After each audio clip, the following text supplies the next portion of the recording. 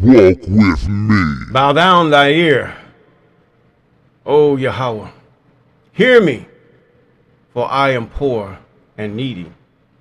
Preserve my soul, for I am holy. O thou, my God, save thy servant that trusts in thee. Be merciful unto me, O Yahweh. For I cry unto thee daily. Rejoice the soul of thy servant. For unto thee, O Yahweh, do I lift up my soul.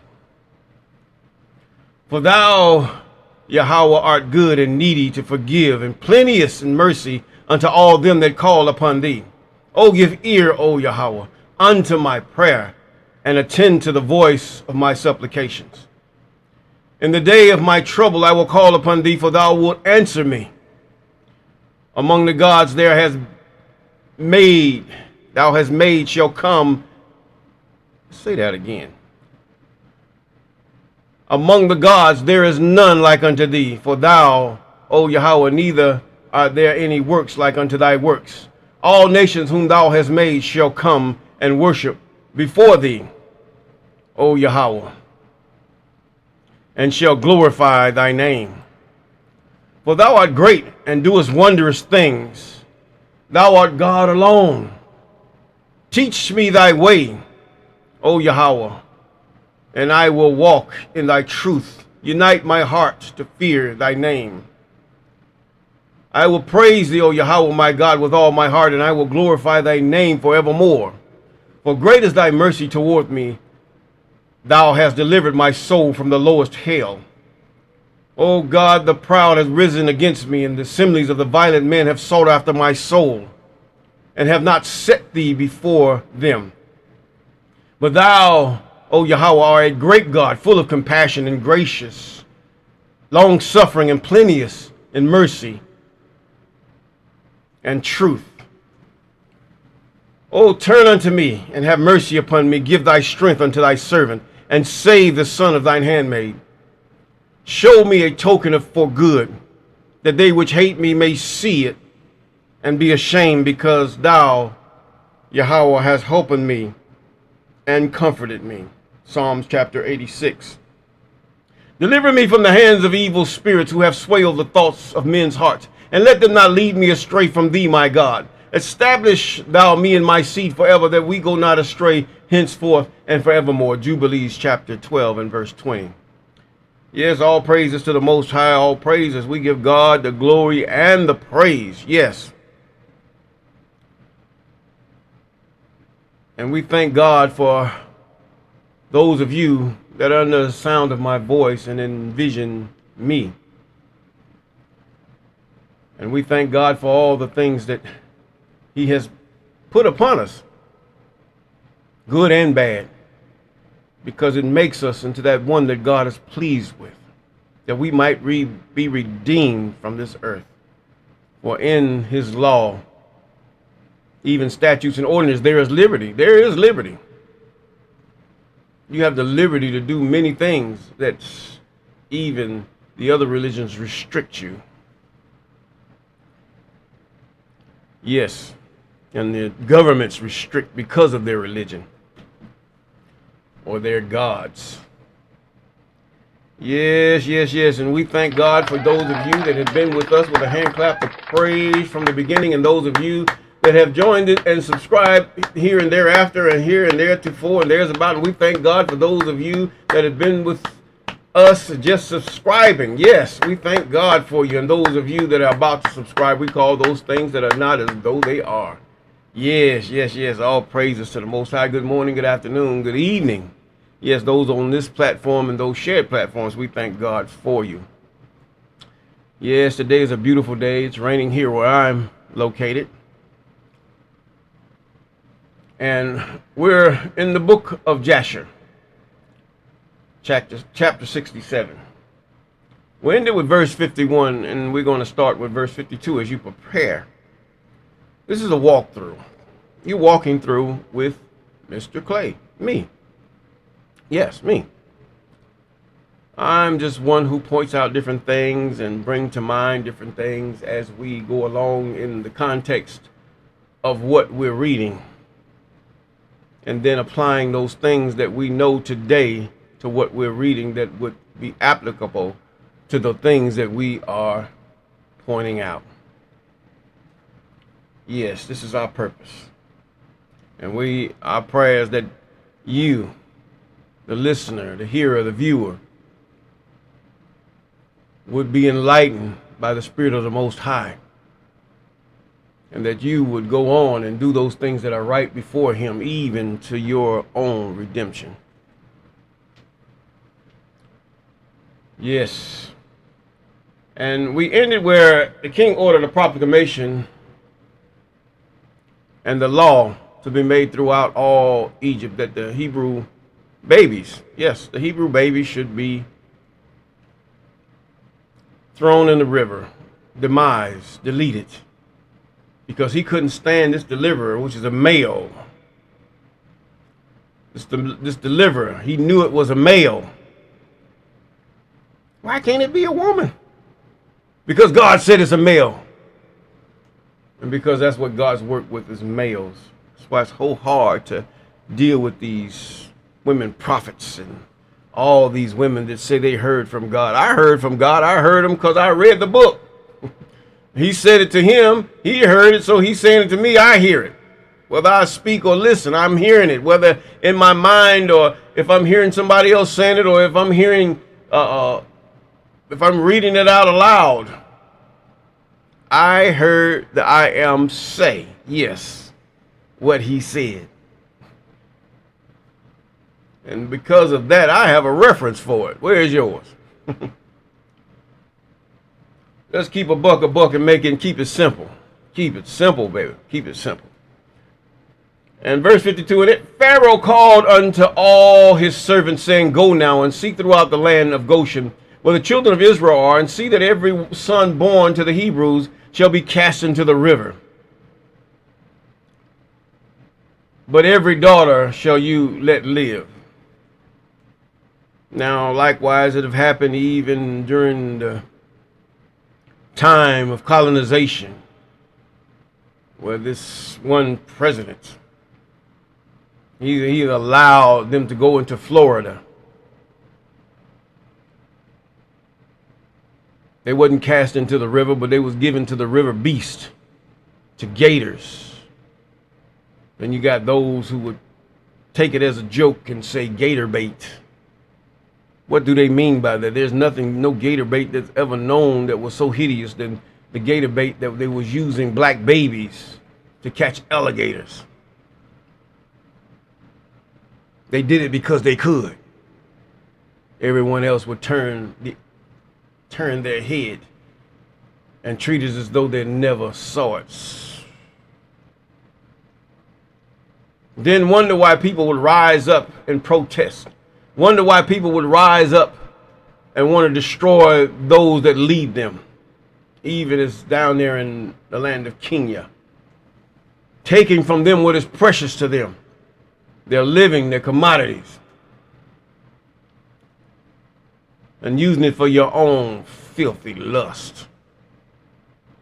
Jean Pierre, this and Escar, whatever you want to call those names. That's why you see me. Nothing has a brand name on me. I don't wear that. If it did, I caught it at a discount sale. Very discount. Didn't cost but $1. No, I don't wear brand names. If it looks good, it looks good. If it don't, it don't. But anyway, they looked at the Hebrews as nothing. I mean, they gave a line. We will be destroyed if this one person is to be born, if he's to be allowed to live. Yes. He said, born to Hebrews shall be cast in the river, but every daughter you shall let live. Because a woman, I always say, is transitional. She can birth babies.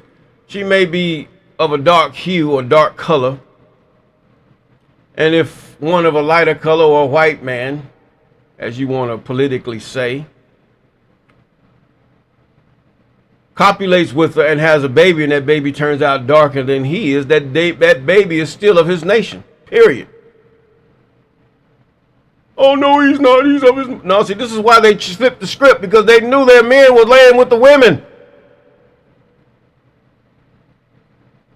To turn it to the woman, they used all kind of scripture and all kind of things to make you think, even Egyptology. The woman is God and this and that, and the black woman this and black woman that. Did not Chancellor William tell you about these people? How they subdued the continent of Africa by having babies that would be, should I say, look like the inhabitants of the land, but yet be loyal to their white fathers to subdue that land? Destruction of black civilization. Chancellor Williams, take time out to read it. Some of you might not agree with what he says, but apparently by his own narrative, he went around asking the elders in his day about the things that he wrote about. And he come up with a good, very good, I think, a very good book. Now, he goes on. He says now in verse 53, I'm in verse 53, when the children of Israel heard this thing which Pharaoh had commanded to cast their male children into the river, some of the people separated from their wives, and others adhered to them. In other words, they wouldn't have sex with their wives. There was no contraception then. The man had, his wife was fertile and he was fertile. He had plenty of seed and he could do what he had to do. He said, no, I'm not going to do this because I don't want my baby being killed by this man. And then he also committed the men even to hard labor without compensation. And then you ask, why does SA want to do this thing without compensation? Because they got the land without compensation. An eye for an eye. You go ahead, Melina, do your thing. Or Malima, do your thing. And from that day forward, when the time of delivery arrived, those women of Israel who had remained with their husbands, they went to the field. Just let mind about welfare and this public housing thing, where when it first started, men and women decide to separate from each other because of the money and job situation. The whole thing was designed from the corporation, the government to the corporation, into forcing these people into a certain rule here. Man, you got to go. And the children, what was their demise? That they didn't find some type of way to pattern themselves off of. Either they went to the military, or they walked out of their gender in so many cases, or they just got in a lot of trouble and went to prison. And then their gender will be stolen from them. By design. The whole thing just trickles down. They knew what they were doing. Even one president says nothing in government. It just happens. It's carefully planned. All of it carefully planned. Don't kid yourself in the smiles and the snickering of the politicians and those who are rich and have a certain agenda to want to eradicate certain humans from the earth. Don't kid yourself at all. Verse 54. And from that day forward, when the time of delivery arrived, those women of Israel who had remained with their husbands, they went to the field to bring forth their... And they brought forth in the field and left their children upon the field and returned home. And the I am, this renders it Lord, or you can say God, who had sworn to their ancestors to multiply them, sent one of his ministering angels, his serving angels, which are in heaven, to wash each child in water. In other words, to make them clean, they had to be washed from the blood that was on them. To anoint and swathe it. He had to put something to keep the child warm, swaddling clothes. And to put it into its hand, 2 smooth stones in the baby's hand. And God allowed this. Look at the miracle of the Most High. From one of which it sucked milk, and from the other honey. Why does a honey hurt a baby? I have no idea. But I will find out. But God said it was okay, milk and honey for the baby. We'll find out.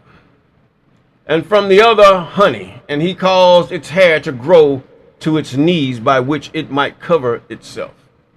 In other words, it had so much hair. You had to realize the baby's hair is going to be like curly, especially these babies. These were of Negroid features, and the skin was very melanated, and it grew hair. I mean, hair down to its knees. You couldn't tell because it was so much hair that grew. People can grow locks. Babies can grow long hair. Now, nothing is impossible with God either. I'll give God that, yes. By which it might cover itself, to comfort it and to cleave to it through his compassion for it. See, God, these my prophets, baby. These the babies of the people that I've chosen. But I know I have to do this. Some of you would call God evil. God will use evil to carry out his plans. You going to judge God again? Because God always got something at the end of the rainbow, or the end of, I ain't talking about that other rainbow. I'm just talking about the end of the road, should I say, to avoid or avert that. And when God had compassion over them and desired to multiply them upon the face of the land, he ordered his earth to receive them, to be preserved therein till the time of their growing up, after which the earth opened its mouth and vomited them forth, and they sprouted forth from the city, like the herb of the earth and the grass of the furrows. Cabbage patch children of the corn. They got this from somewhere. Come on here.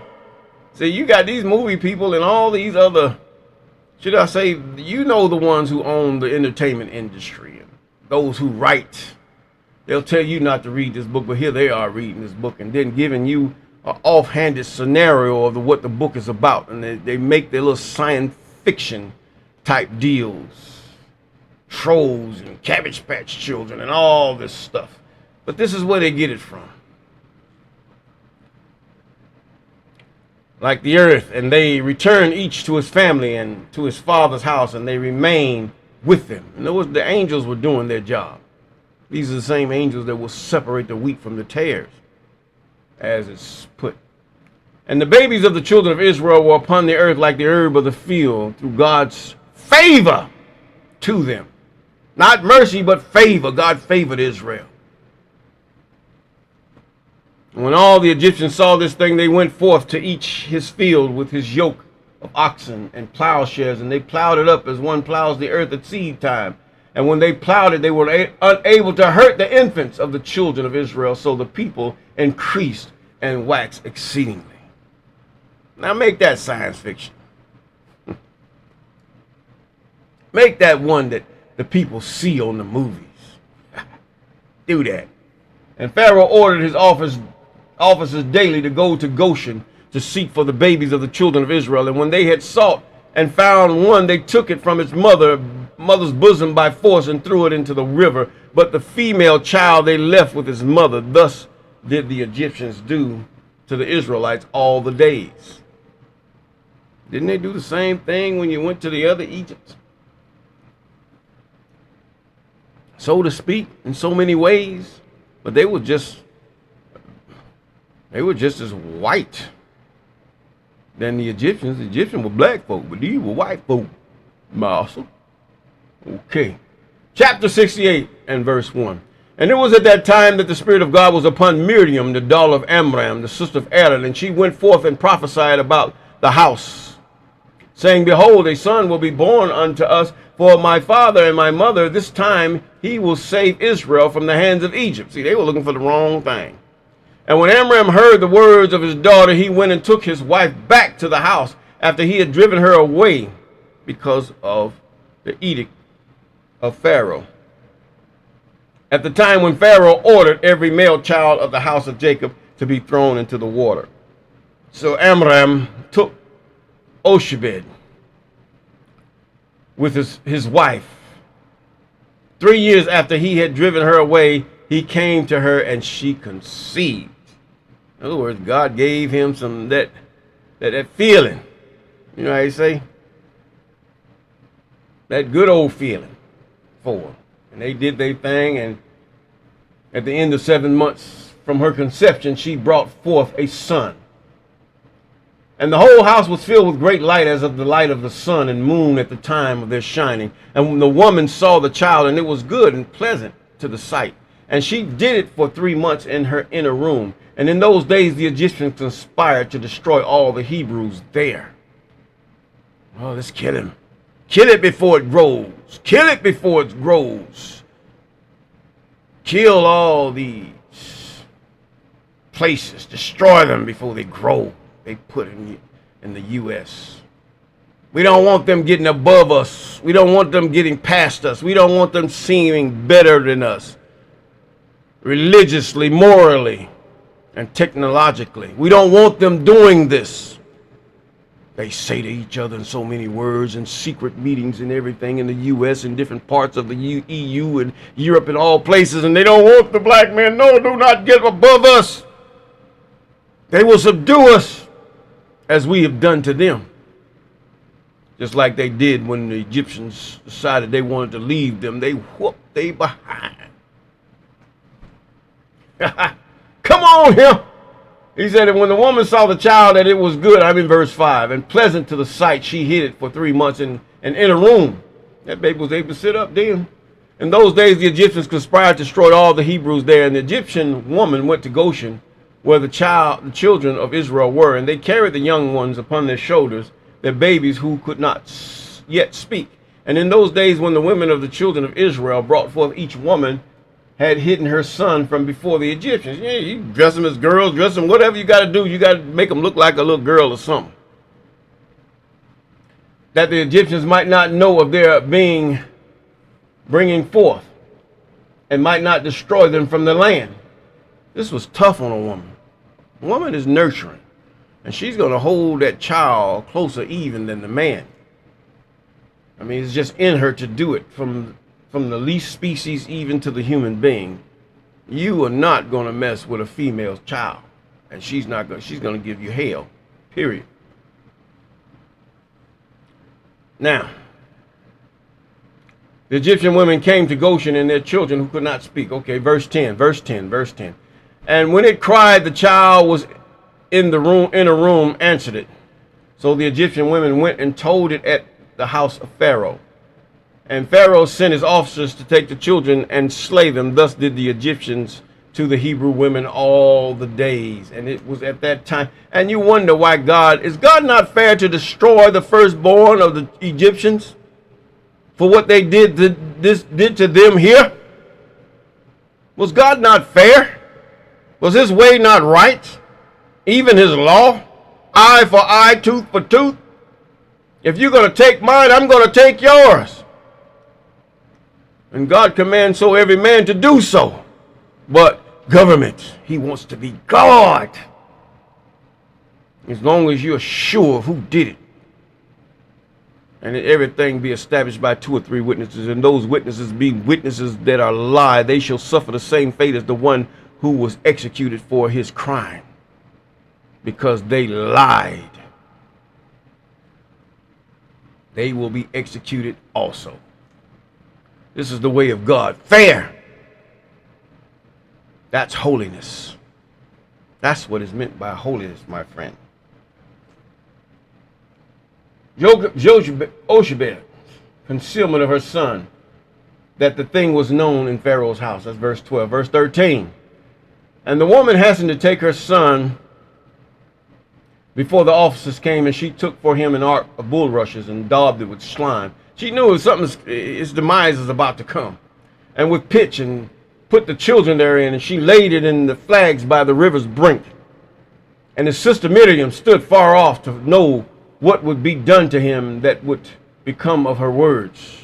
What would become of her words. And God sent forth at that time a terrible heat in the land of Egypt, which burned up the flesh of man like the sun in its circuit. It greatly oppressed the Egyptians. Now these are black folks. God sent enough sun to burn them up. Just because you black don't mean that the sun is your friend all the time. It depends. Verse 16, and all the Egyptians went down to bathe in the river, and they were trying to keep cool on the account of the consuming heat which burned up their flesh. And Bathia, the daughter of Pharaoh, went also to bathe in the river, owing to the consuming heat, and her maidens walked at the riverside, and all the women of Egypt as well. And Bathia lifted up her eyes. This was Pharaoh's daughter. The 66 books didn't tell you her name. Her name was Bathia, according to this narrative. And she saw the ark upon the water, and sent her maid to fetch it. And she opened it, and saw the child, and behold, the babe wept. And she had compassion on him. She said, this one of the Hebrew children. This is one of the Hebrew children. And all the women of Egypt walking on the riverside desired to give him suck, but he would not suck, for this thing was from the Lord, or from the I am, from Yahweh, from Yahuwah. Yes, this was from him. God of Abraham, Isaac, and Jacob, to restore him to his mother's breast. Where God got a way that you can't go over. God got a way that you can't go under, but you must come in at the law. Yes, yes. And Miriam, his sister, was at the time amongst the Egyptian women at the riverside, and she saw this thing, and she said to Pharaoh's daughter, shall I go and fetch a nurse of the Hebrew women, that he may nurse the child for thee? His own sister. And Pharaoh's daughter said to her, go. And the young woman went and called the child's mother. You see how God is. The joy and the strength of our life removes all pain, misery, and strife. Come on here. God did it. If we can only believe that God would do it, that would be a whole different thing. Because saying a thing and when pressure's brought to bear are two different things. When you got to face the reality of it.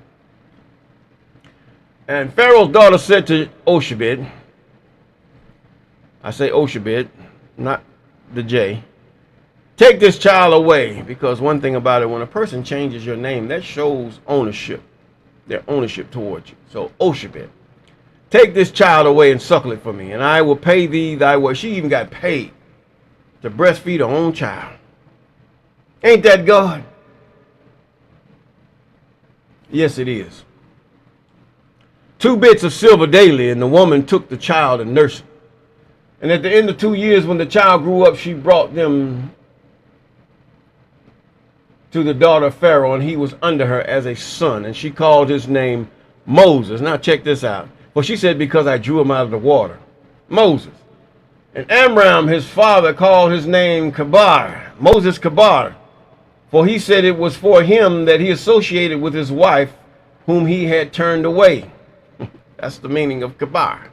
Okay, and Oshebed, his mother, called his name Jekuthiel. Moses Kabar Jekuthiel, because she said, I have hoped for him to the Almighty God, and God restored him unto me. And Miriam, his sister, called him Jared, for she descended. Moses Kabar Jekuthiel Jared, for she descended after him to the river to know what is the end, his end would be. And Aaron, his brother, called his name Abizunik, saying, Moses Kabar Jekuthiel Jared Zanuk. And he was saying, my father left my mother and returned to her on his account. And one more thing. You see, while Moses, he married these other women, he wasn't counted in the priesthood as that could be the high priest.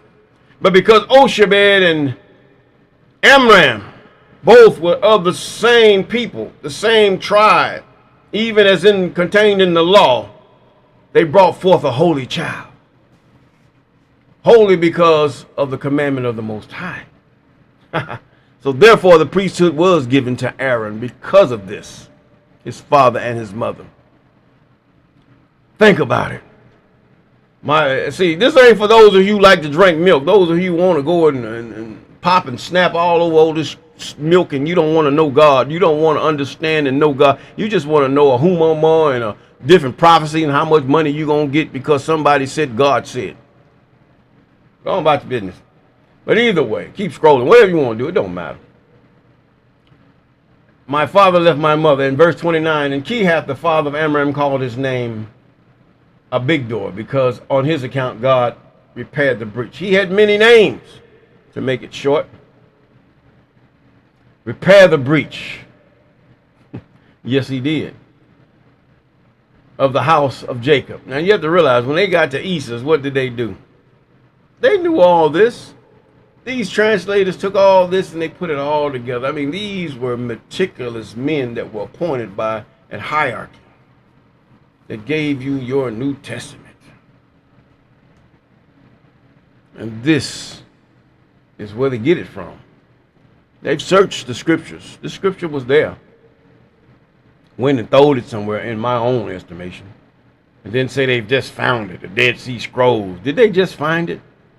A lot of things I don't even, to me, in my own estimation, seeing the things, I believe God before I believe man. The earth is millions of years old. You can believe that if you want to. Earth is not a million years old. Oh, it's hundreds of thousands. No, it's not even hundreds of thousands million. It's what God said it is. So you're going to either have to stand for something or fall for anything. And many of you are so bamboozled, you don't know what the heck you believe.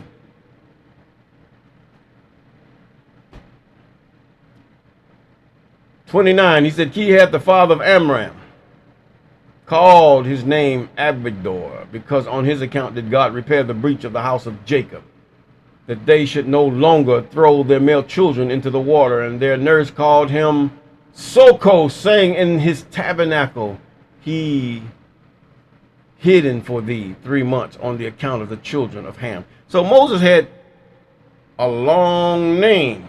This is just short for what the Egyptian woman called him. It was a long name. On the account of the children of Ham. Now, who was Job. You look in the book of Job. Job lived quite a while. And he was before even the kings of Israel. He was before the Psalms. He was before even the judges. Even the one they call Balaam. He was there too. They lived a while, but they were to be used in certain ways. Job was the one that addressed the king of Egypt. But now in the book of Job, you find out that he was on God's side. He wanted to please and do that which was right before the Most High. Yes, he was a Uzite. He was the land of Uz. Yes. He was of the children of Esau.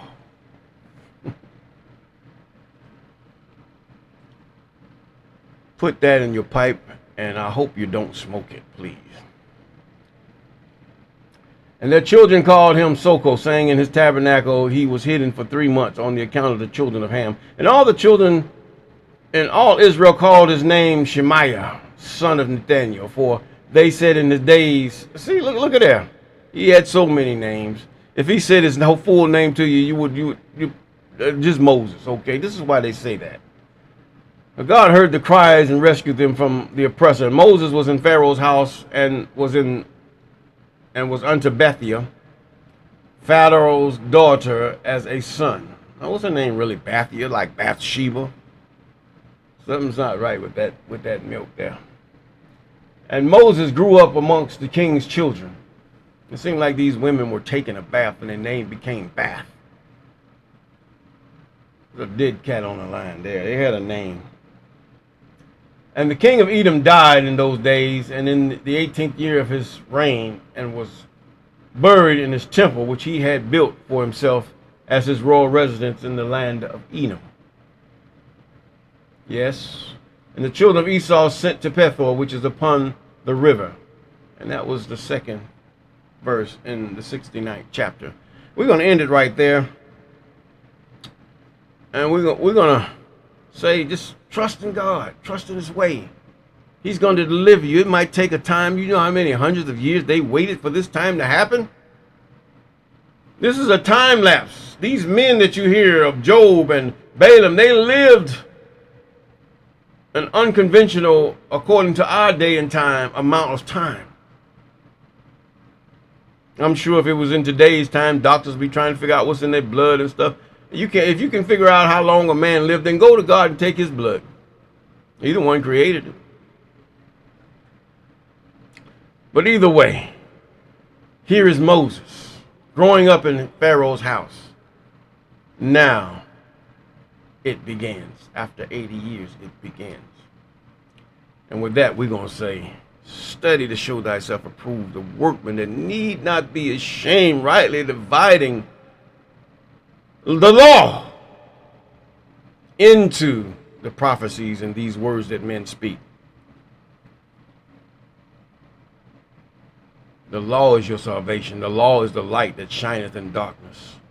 The law is the pure, even more precious than gold. It's the law, statutes, commandments, and ordinances of the Most High, because in it is his fairness, his way, his judgments.